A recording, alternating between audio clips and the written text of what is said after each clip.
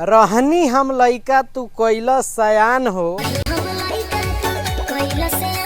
तो खेसारी लाल यादव कह रहे हैं आवा मार दही मोहर नैहर में, ससुरा में सोहर गवाई लिया हो। जब बच्ची थी तो उसको खेसारी लाल यादव कैसे सयान किए हैं ये तो आप लोग जानते ही होंगे।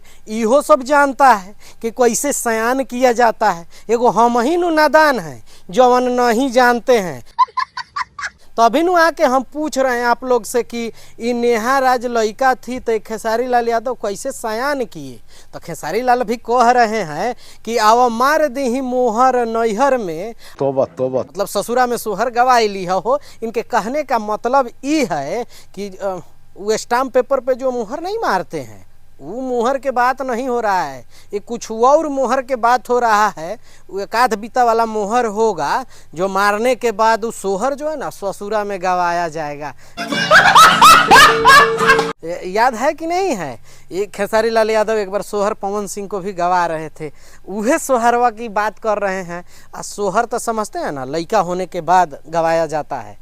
तो नैहर में कौन सा ही मोहर खेसारी लाल यादव मारेंगे जो नेहा राजा के ससुराल में सोहर गवाएगी। तू समझा? कुछ और गनवा में आगे बढ़ेंगे तो इसमें एक और चीज़ कह रही है लड़कियाँ कि जो सेवा किए हो नैहर में तो हम जिंदगी में कभी भी गद्दारी नहीं करेंगे, शादी हो जाएगा तब जैसे ही ससुराल से हम आएंगे तुमको एकदम भरपूर सेवा देंगे। अभी गाना को लिखे हैं कृष्णा बेदर्दी जी, बुढ़ा गए हैं लेकिन गाना एकदम अश्लील लिख रहे हैं। और ये गाना जो है रोशन सिंह इसका म्यूज़िक दिए हैं।